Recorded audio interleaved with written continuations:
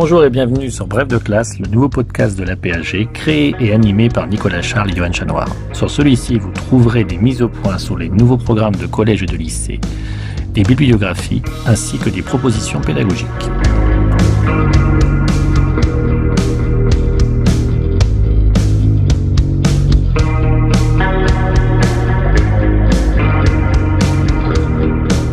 Bref de classe, c'est aussi la possibilité à chaque émission d'écouter ou de podcaster à part la partie pédagogique où un spécialiste vient présenter un document et un personnage que vous pourrez réutiliser dans vos classes.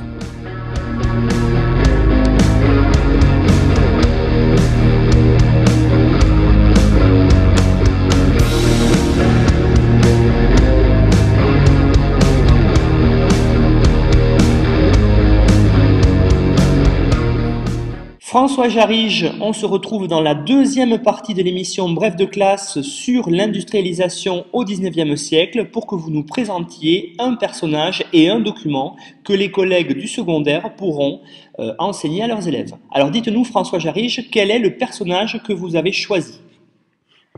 Alors évidemment, sur des sujets et des questions aussi vastes et complexes, il y a plein de personnages possibles.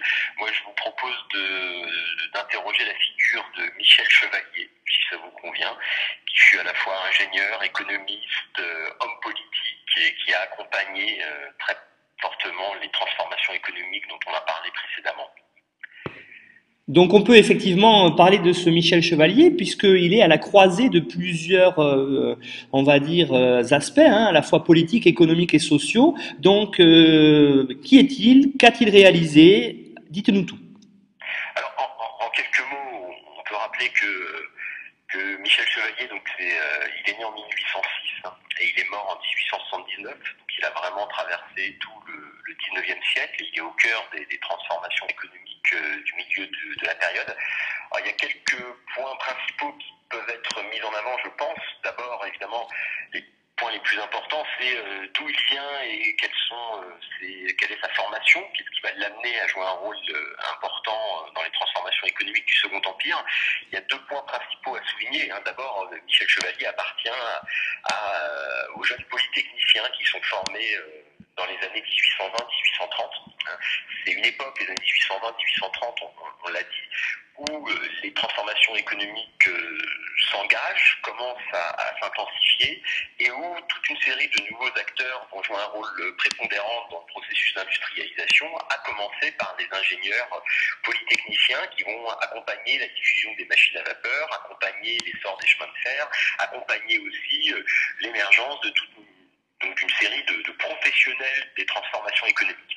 Et donc Michel Chevalier est sorti en 1823 de l'école polytechnique, major de sa promotion, et il va intégrer très rapidement le corps des ingénieurs des mines, c'est-à-dire ce corps de fonctionnaires d'État qui ont comme fonction principale d'accompagner, de soutenir, d'encourager et de stimuler les transformations économiques et la modernisation du pays sur le modèle britannique.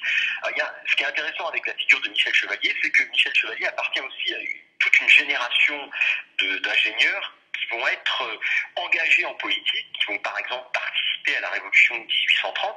On sait qu'il y a eu de nombreux jeunes ingénieurs qui ont participé aux barricades, qui ont participé au renversement de la Restauration, au nom de valeurs, au nom de mots d'ordre libéraux. Et Michel Chevalier a été l'un de ceux-là. Et par ailleurs, après la révolution de 1830, Michel Chevalier a été un adepte de ce qu'on appelle le saint-simonisme. Il a été l'un des rédacteurs du journal des Saint-Simoniens au début des années 1830, qui s'appelait le journal Le Globe. Et à ce titre, donc il est à la fois un ingénieur, mais il est aussi un réformateur social, un libéral qui considère qu'il faut rompre avec l'ordre ancien pour mettre en place une nouvelle société fondée sur de nouveaux rapports sociaux. Alors, donc il y a vraiment une jeunesse, une formation radicale entre les débats politiques, les débats sur la réforme sociale, les débats sur l'industrie moderne. Et Michel Chevalier est un jeune économiste, ingénieur qui est au croisement de tous ces enjeux. Alors, ce qui est intéressant deuxièmement à souligner, c'est que à partir des années 1830, Michel Chevalier va s'éloigner de ses engagements de jeunesse pour devenir un économiste et un ingénieur d'État plus conventionnel. Il va abandonner ses positions radicales du début des années 30 pour devenir, en fait, au cours des années 30, un expert. un expert de l'industrie. D'ailleurs, au cours des années 30, il va être envoyé comme aux États-Unis et en Amérique latine pour enquêter sur l'état industriel de ces pays et rapporter en France toute une série d'informations sur la situation économique, sur la situation industrielle de ces pays. À tel point qu'il va, à la fin des années 30, être nommé conseiller d'État, recevoir la Légion d'honneur pour service rendu, à la suite de toute une série de publications qui vont véritablement initier sa carrière. Donc là commence une deuxième phase de la trajectoire de Michel Chevalier, qui vont l'amener à devenir une figure intellectuelle très importante dans le domaine industriel et dans le domaine de la pensée économique, puisque dès 1841, Michel Chevalier va devenir économiste et il va occuper la chaire d'économie politique au Collège de France. Il va garder cette position pendant très longtemps. En 1851, il va également devenir membre de l'Académie des sciences morales et politiques. Donc il devient un intellectuel, une figure, un théoricien de l'industrialisation et de l'économie. Et durant cette période, il va publier toute une série d'ouvrages, de traités d'économie politique, à une époque où l'économie politique, c'est-à-dire la science de la production de la richesse, la science du développement industriel, commence à devenir une discipline scientifique de plus en plus importante. Une discipline qui va guider les choix des gouvernants, et Michel Chevalier incarne bien ce nouveau lien qui se noue entre le champ intellectuel, cette nouvelle discipline de l'économie comme science appliquée, et le monde du pouvoir. Ça, c'est le troisième temps peut-être sur lequel on pouvait insister, c'est qu'à partir du milieu du XIXe siècle, Michel Chevalier va se rallier à Napoléon III, notamment après le coup d'État de 1851. Michel Chevalier va devenir, avec la mise en place du Second Empire, Michel Chevalier va devenir l'un des principaux conseillers économiques du pouvoir et de Napoléon III. Et donc, au cours des années 1850-1860, il va devenir vraiment l'un des piliers des transformations industrielles de l'époque, à la fois comme conseiller du prince et comme économiste officiel du nouveau régime. Alors cette action de conseiller du prince et cette action comme économiste qui accompagne les transformations industrielles se voit notamment dans deux actions principales que va mener Michel Chevalier durant cette période. D'abord, la promotion du libre-échange, puisque c'est Michel Chevalier qui va être à l'origine de la signature de toute une série d'accords commerciaux entre la France et ses voisins, à commencer par le traité de libre-échange de 1860, dont on a parlé dans la séquence précédente, qui s'appelle d'ailleurs le traité Cobden-Chevalier, du nom des deux principaux négociateurs, Richard Cobden en Angleterre et Michel Chevalier en France. Et Michel Chevalier va être l'un des grands théoriciens, l'un des économistes qui va justifier le libre-échange comme moyen et condition de l'accélération des transformations économiques au cours de cette époque. Ce qui va aussi lui amener pas mal d'opposition et susciter pas mal d'opposition de la part des milieux industriels français, notamment, qui craignaient cette expansion du libre-échange. On peut insister sur un deuxième aspect de son action durant le Second Empire pour accompagner toutes ces transformations économiques, c'est son rôle dans les grandes expositions universelles et industrielles de la période, puisque Michel Chevalier a été à la fois président de nombreux jurys des expositions universelles. Il a été membre de la délégation française à l'exposition de Londres en 1862 et il a été le président du jury international de l'exposition universelle de Paris en 1867. Et à ce titre, comme promoteur, acteur de ces expositions universelles, il a joué un rôle assez important dans la circulation de l'information technique entre la France et la Grande-Bretagne, et il a été un acteur important de cette émulation industrielle que représentent ces grands moments d'exposition. Donc il est vraiment, avec d'autres acteurs évidemment de l'époque, une des figures centrales de l'industrialisation de la France, de l'industrialisation de la France au milieu du 19e siècle. Et d'ailleurs, son action va s'arrêter parallèlement à celle du Second Empire, puisque à la chute de l'Empire, il se retire de toute vie publique.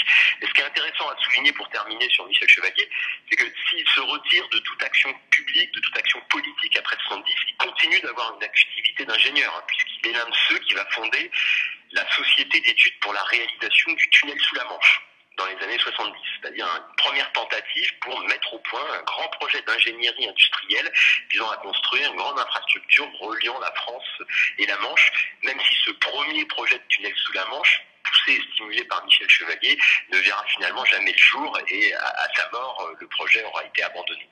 Donc on voit bien par ces différentes facettes combien cette figure est à la fois un acteur important, à la fois sur le plan intellectuel, sur le plan politique, comme sur le plan de l'activité industrielle au cours de cette période. Alors évidemment, on aurait pu citer beaucoup d'autres noms. Dans les manuels scolaires, il est fréquemment fait mention des frères Pereire, et c'est vrai que ce sont d'autres personnages importants parce qu'ils vont accompagner la modernisation du système financier, notamment le financement des chemins de fer. On aurait pu également, je pense que ça c'est un point important que je voulais souligner, c'est souvent on cite le nom d'industriels, de grands économistes ou de grands banquiers, et on a tendance un peu à oublier d'autres figures, à commencer par les ouvriers eux-mêmes.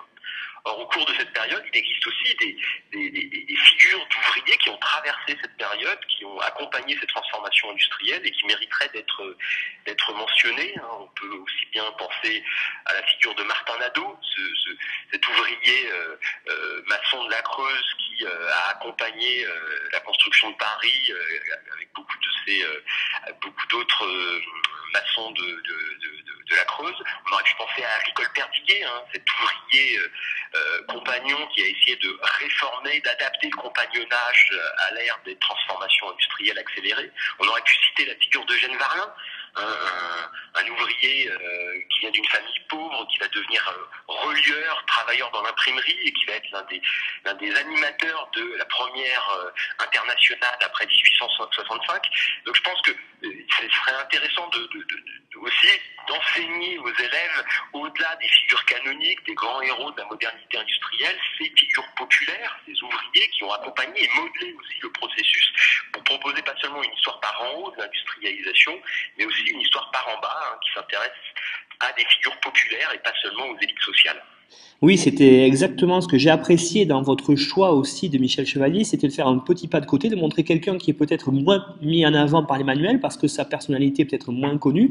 Et effectivement, comme vous le dites, le fait de commencer une histoire par le bas, notamment quand on est dans une région où il y a eu de l'industrie et de l'industrialisation du 19e siècle, ça donne du corps au travail et c'est ce que les élèves apprécient parce que souvent ce sont des personnages qui sont connus et reconnus mais uniquement localement. Et donc les figures que vous avez évoquées d'ouvriers, je pense aux ouvriers qui ont construit Paris sous Haussmann au XIXe siècle, c'est bien de le rappeler parce que on se souvient du nom de Haussmann, mais on ne se souvient pas de toutes ces petites mains qui ont participé à tout ça. Donc je vous remercie pour ce choix-là, de cette excellente explication autour de Michel Chevalier. Maintenant, j'aimerais savoir quel est le document que vous avez choisi pour illustrer un petit peu une partie de ce cours sur l'industrialisation. Alors là aussi, les documents potentiels sont très infinis, puisque l'industrialisation de l'époque suscite une profusion de discours, une profusion croissante de représentations iconographiques, de gravures diverses et variées, donc on aurait pu choisir beaucoup de choses. Je pensais par exemple à la grande enquête de Julien Turgan sous le Second Empire, qui élabore un ouvrage en plusieurs volumes qui s'intitule Les grandes usines de France, qui propose une sorte d'encyclopédie des grandes usines, des grandes villes industrielles qui se développent au cours du Second Empire. Bon, mais je me suis arrêté sur une autre forme de représentation de l'industrie de cette époque à travers un tableau de François Bonhomet représentant les usines du Creusot vers 1850. Alors, oui, il faut peut-être d'abord dire un petit mot de François Bonhomet. C'est un personnage assez intéressant qui a connu aussi une vie assez longue. Il est né en 1809 et il est mort en 1880. Et ce qui est intéressant, c'est qu'à une époque où la plupart des artistes ou la plupart des peintres se détournent du monde industriel pour lequel ils ont peu d'intérêt ou dans lequel ils voient un sujet assez peu noble, François Bonhomet s'est intéressé à l'industrialisation et a essayé d'en rendre compte à travers ses peintures. Il a notamment représenté à partir des années 40 jusque sous la Troisième République, toute une série de représentations des grandes installations industrielles, que ce soit des mines, des sites miniers, que ce soit des arsenaux comme à Toulon, que ce soit des forges comme à Fourchambault, ou que ce soit des grands sites de l'industrie sidérurgique comme le Creusot. Alors évidemment, donc cette peinture représentant les usines du Creusot vers 1850, elle est assez intéressante parce qu'elle nous montre de l'industrie de l'époque par la façon façon dont il représente l'impact de l'industrie sur les paysages, sur le tissu urbain. Alors, et le cas du Creusot n'est évidemment pas anodin, puisque c'est un exemple qui doit sans doute être évoqué dans tous les cours portant sur les transformations économiques de cette époque, puisque le Creusot va être qualifié à la fin du 19e siècle comme la plus grande usine de France, et va faire l'objet de beaucoup de débats, de beaucoup d'interrogations, de beaucoup de discussions, puisque le Creusot incarne l'accélération des transformations économiques du 19e siècle. Alors il faut revenir sans doute très brièvement sur l'histoire du Creusot. Le Creusot, c'est un petit village situé au sud du Morvan, en Saône-et-Loire, dans un monde rural qui a comme caractéristique d'être situé aussi à proximité de petites mines de charbon qui vont connaître un certain développement au début du 19e siècle. Le Creusot fait l'objet, dès la fin du XVIIIe siècle, de toute une série de projets de développement industriel sous la forme de hauts fourneaux, de verreries, de souffleries par exemple. Mais c'est véritablement à partir de 1836 que le site du Creusot va faire l'objet d'un processus d'industrialisation accéléré, lorsque des maîtres de forge originaires de Lorraine décident d'y établir des aciéries. À partir de 1836. Donc c'est la fameuse dynastie des Schneider, d'abord originaire de Lorraine, qui va s'installer au Creusot à partir des années 1830 et qui va diriger cet ensemble industriel jusqu'à la fermeture du site plus d'un siècle, plus de 150 ans après, en 1984. Et donc pendant plus d'un siècle, le Creusot va devenir le symbole de la grande industrie française, le symbole d'un développement industriel très rapide qui va modeler un modèle industriel fondé sur la ville-usine.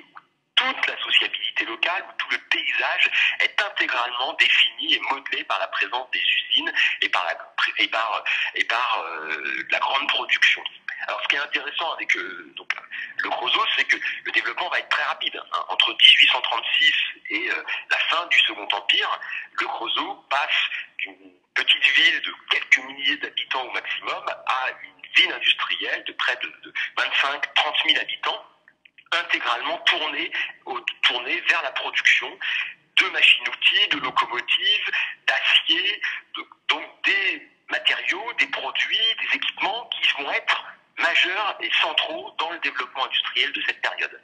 Et on l'a évoqué dans la première partie, l'essor industriel repose sur le développement de nouvelles machines productives, sur le développement de nouveaux systèmes de transport. Or, le Creusot va être un acteur majeur de ce processus, puisque les premières locomotives françaises commencent à être produites au Creusot après l'installation des Schneider dès les années 1840. Et au cours des années 1850-60, l'industrie française va être approvisionnée en aciers spéciaux, en machines-outils, en locomotives par le Creusot. Et les Schneider au Creusot deviennent parmi les principaux industriels européens à la fin du XIXe siècle. Ils seront en concurrence directe avec les groupes en Allemagne, qui sont en quelque sorte l'équivalent des Schneider dans le paysage industriel allemand. Alors, ce qui est intéressant aussi, c'est que le Creusot incarne un nouveau type de relation sociale entre le patron et ses ouvriers, puisque c'est au Creusot que se développe, qu'apparaît ce qu'on va appeler le paternalisme, c'est-à-dire une nouvelle stratégie patronale visant à fixer la main-d'œuvre sur place pour éviter le turnover, visant à fixer la main-d'œuvre sur place via la mise en place à la fois d'une surveillance très précise de la main-d'œuvre, mais aussi par le fait de donner un certain nombre d'avantages sociaux, comme des possibilités de s'approvisionner, des possibilités de se soigner aux frais du patron. Donc là apparaît aussi au Creusot un nouveau type de relation sociale marqué par une très forte hiérarchie des rapports sociaux entre le patron, qui devient un personnage tout à fait important, qui encadre l'intégralité de la vie des ouvriers depuis leur naissance jusqu'à leur mort. Et à ce titre, d'ailleurs, Schneider devient aussi une figure politique importante, sous le Second Empire comme sous la Troisième République, et on voit aussi à travers cette figure des industriels du Creusot se nouer de nouvelles relations entre les industriels et l'État, et aussi de nouvelles formes de lobbying qui passent par la présence même de ces industriels dans les assembler à l'intérieur même de l'appareil d'État. Alors le tableau de Bonomé est intéressant parce qu'il propose une des représentations les plus célèbres du Creusot au moment, vers 1850, au moment où les Schneider s'y sont installés et au moment où la ville connaît à la fois un processus d'expansion urbaine et une très forte croissance de la production.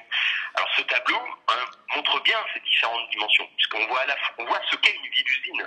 On voit au premier plan de la végétation, des forêts, des activités agricoles, et au deuxième plan, on voit le cœur des usines du Creusot, avec de grandes cheminées qui crachent leur noire fumée. Et ce tableau montre aussi, évidemment, de façon esthétisée, comment l'industrie, la grande industrie lourde, fondée sur la combustion du charbon, s'inscrit dans un milieu rural, s'inscrit dans un tissu rural, à une époque où la fumée, en particulier dans le cas du Creusot, n'est pas perçue comme quelque chose de dangereux ou négatif. Au contraire, la fumée telle qu'elle est représentée dans la peinture de Bonomé apparaît plutôt comme un signe de prospérité. On voit ces panaches de fumée noire qui s'envolent vers le ciel, et ces panaches de fumée noire incarnent la production, incarnent le fait que le Creusot donne du travail à la population pauvre du Morvan, et à une époque où s'engage aussi un processus d'exode rural, où des paysans désormais choisissent de se tourner vers la production industrielle. Donc pour toutes ces raisons, ce tableau me paraît un symbole et une bonne représentation pour discuter avec les élèves de ce que signifient ces transformations industrielles, de la façon dont elles s'inscrivent dans un paysage et de la façon dont on peut les représenter à l'époque. C'est vrai que ce que j'ai trouvé intéressant sur ce tableau, vous venez de l'évoquer, et pour évoquer ce qu'on a évoqué dans la fin de la première partie, il y a l'idée quand même de la fumée noire qui est assez importante et comme vous dites, qui n'est pas perçue comme une pollution à l'époque, mais comme un symbole de modernité. Or, pour évoquer ce qu'on disait dans la première partie, on peut déjà dire avec les élèves que la pollution existe et peut-être faire un parallèle par exemple avec les écrits que l'on retrouve sur les villes, notamment sur Londres, où déjà la ville au milieu du 19e siècle apparaît comme une ville polluée. Tout à fait. C'est justement dans les années 50 que le mot pollution lui-même commence à être employé, alors pas pour décrire l'air, mais pour décrire la contamination des eaux. À l'époque, le mot qu'on utilise, c'est le mot fumée. Le mot fumée, c'est l'équivalent de la pollution atmosphérique dans le langage actuel. On parle des fumées. Et la représentation des fumées, l'inquiétude face aux fumées est très variable localement. Comme je disais, au Creusot, il y a assez peu d'inquiétude parce que la fumée est le signe de la production, est le signe du fait que l'activité est intense, que les machines tournent, et donc il y a de l'emploi pour les ouvriers et pour les paysans qui commencent leur exode rural vers la ville industrielle. Dans d'autres contextes, notamment dans les grandes villes comme Paris ou Londres, la fumée va au contraire être perçue dès l'époque comme un signe de nuisance, comme un danger. Et d'ailleurs, les premières enquêtes épidémiologiques commencent à avoir le jour à cette époque-là pour relier les taux de mortalité infantile avec la quantité de fumée émise dans les environnements. Donc, mais là, on voit que la représentation de la pollution est quelque chose qui est variable en fonction des contextes, en fonction des rapports sociaux, et est toujours le fruit d'une construction sociale et culturelle, pour le dire brièvement. Et ce qui était intéressant aussi dans ce choix du tableau de Bonomé sur le Creusot, c'est que vous l'avez évoqué, on peut le mettre en parallèle avec des représentations de la ville de Essen, donc en pleine Ruhr, où ce sont les Krupp qui jouent ce rôle de patrons qui ont formé, on va dire, l'industrie dans cette ville-là. Et souvent, on a dans les manuels, effectivement, les usines à Essen représentées, et le Creusot, peut-être qu'on en parle parfois en texte, mais on le voit moins représenté, et c'est vrai que c'est un cas assez typique, vous l'avez dit, de cette industrie qui s'implante dans le tissu rural et qui développe au 19e siècle un espace. Tout à fait. Alors, la différence entre le Creusot et Krupp, c'est une différence d'échelle. Dans le discours nationaliste français, le Creusot a été construit à la fin du XIXe siècle comme l'équivalent français des grandes usines de la Ruhr. Mais en réalité, ce qu'il faut bien voir, c'est que dans la Ruhr, la Ruhr allemande, la Ruhr en Allemagne va connaître un processus d'industrialisation à la fois beaucoup plus rapide, massif, qui commence surtout après 1850-60, qui va être beaucoup plus brutal, et les effectifs ouvriers sont infiniment plus nombreux. Mais les Français qui cherchaient un équivalent à ce qui se passait en Allemagne après 1870, à une époque où la rivalité entre la France et l'Allemagne s'intensifie évidemment très fortement, les Français vont faire du Creusot un symbole de la grande industrie française capable de rivaliser avec l'Allemagne. Mais évidemment, d'un point de vue de sa localisation, d'un point de vue de la quantité produite, du nombre d'ouvriers employés, le Creusot reste très en retrait par rapport à ce qu'on va voir par rapport à ce qui va se mettre en place en Allemagne à la toute fin du 19e siècle et au début du 20e siècle. François Jarige, on vous remercie. On rappelle que les documents évoqués sont disponibles sur le site apheg.fr avec une bibliographie qui permettra aux collègues de faire une mise au point plus précise sur tous les thèmes que vous avez évoqués. Merci beaucoup pour votre participation. Merci à vous.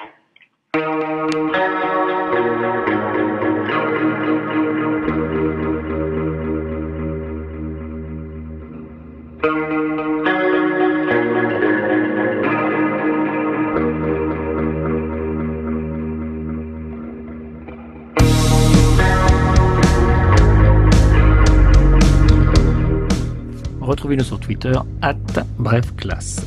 Tout le contenu de l'émission, la bibliographie, les documents exploités par l'auteur sont disponibles sur le site officiel de la PAG www.aphg.fr.